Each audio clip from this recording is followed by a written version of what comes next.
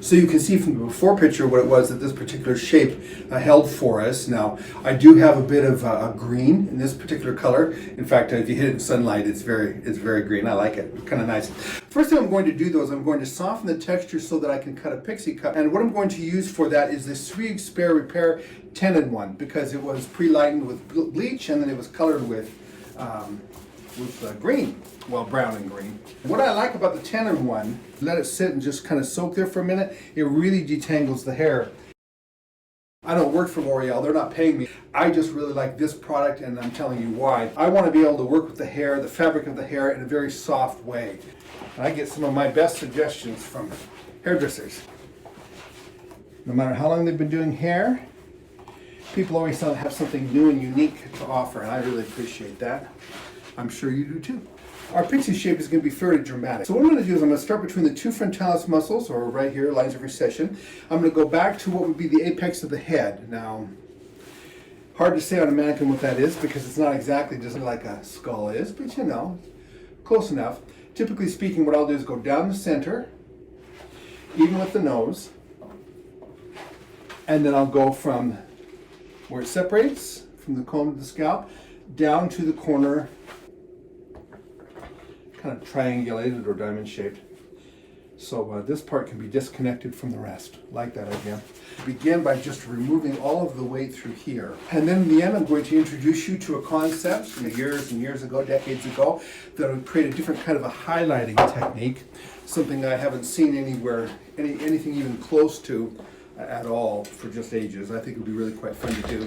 All right, we're going to start in the crown section, particularly this time.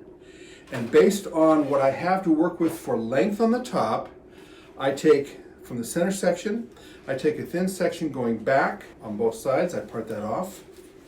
Let me see if I can't make that more obvious for your eye.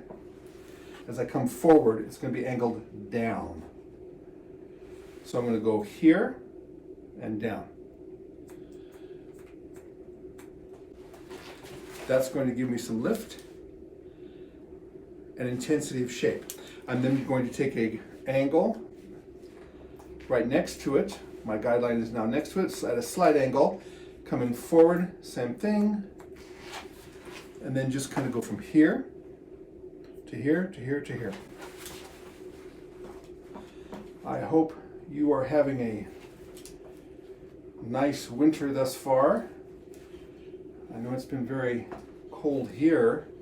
Today, last time I checked, it was 13 degrees. Here in Ogden, Utah, that's where they did the men's downhill at Snow Basin for the Winter Olympics sometime back. Okay, so now we've got that little bit of lift in there, and that's exactly what I want that to be, just a little bit of lift. Now I'm going to take that same angle, and it's going to come straight into the side. It's now going from here, here, here, here, small sections, right, to here, and I'm going to cut that weight off. Depending on how much length you want to leave is going to dictate how much you cut off through here. If you want to leave more length, then you're going to simply blend it to the guide. If you're going to take some length off, then you're not going to blend it to the guide, you're going to cut it on off. I'm doing a little bit of cutting it off here because, you know, what's the point of doing this if we're not going to change it? So as you can see, I'm not really worried about my length here on this end. I'm just taking off a good 1.5 to 2 inches, somewhere in there. Same thing. Bring more of my section out.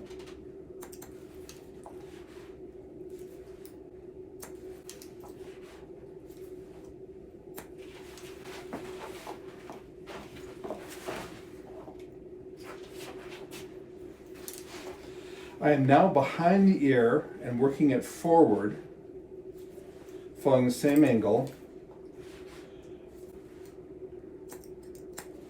So I've literally gone from here, there, there, there, and then all the way back to here.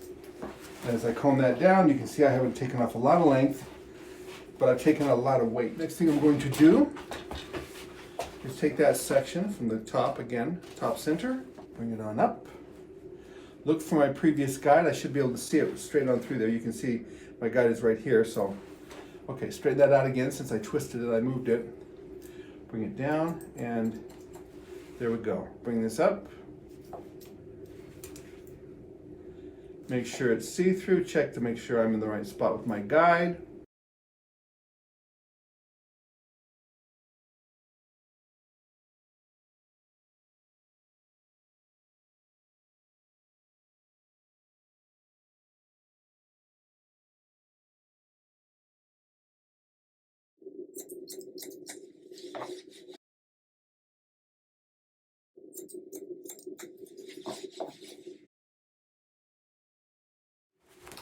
Okay, now I'm going to get rid of this kind of blending line through here by changing how this portion over here falls. So how I'm going to do that is by grabbing this whole section, use the wide tooth portion of my comb. I'm going to bring this up and I'm going to cut that off. I'm going to point cut it so it's erratic. So I'm definitely thinking in terms of it being erratic as I cut it. I don't want it to be a very smooth or blended. I want to see little pieces that don't match. Bring this on down. Grab that next section.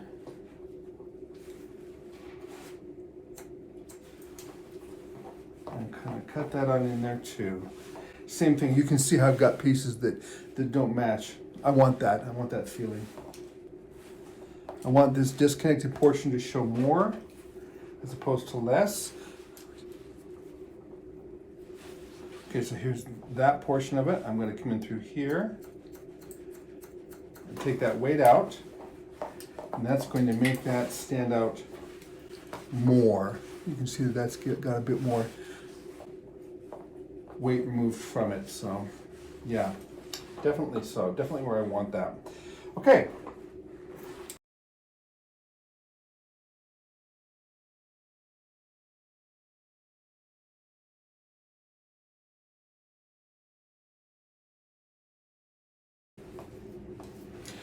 Okay, now I'm going to begin on the left side by taking out the triangulated section on the top, the length of the fringe, and I'm going to take a nice triangle-ish, and I'm going to bring it on over to the corner of where this length is, and I'm going to decide how short I'm going to go. It looks like it's going to be about corner of the eye.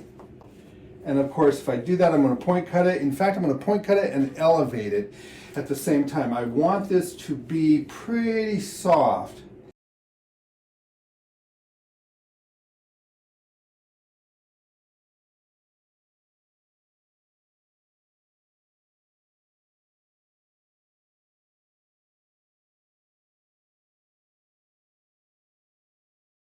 Once I've gone past the center of the cut, then I'm going to come over to the right side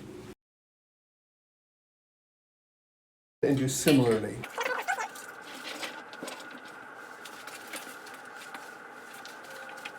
I had to move that backdrop because I needed a little bit more space because she's taking up all the room. Okay, so now I'm going to take this section here.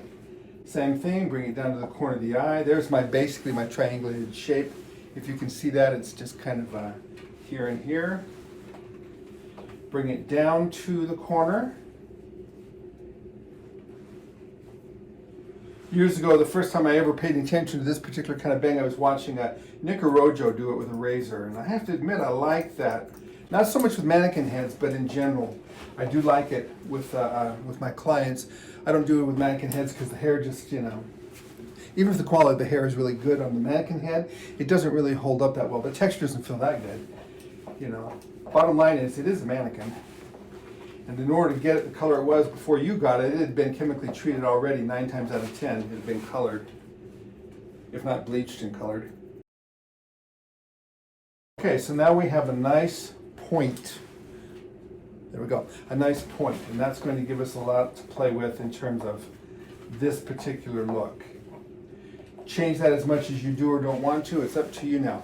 Okay, so I'm going to dry this, and then we're going to go on to the next step, and that's going to be the color I was telling you about. That's going to be pretty unique.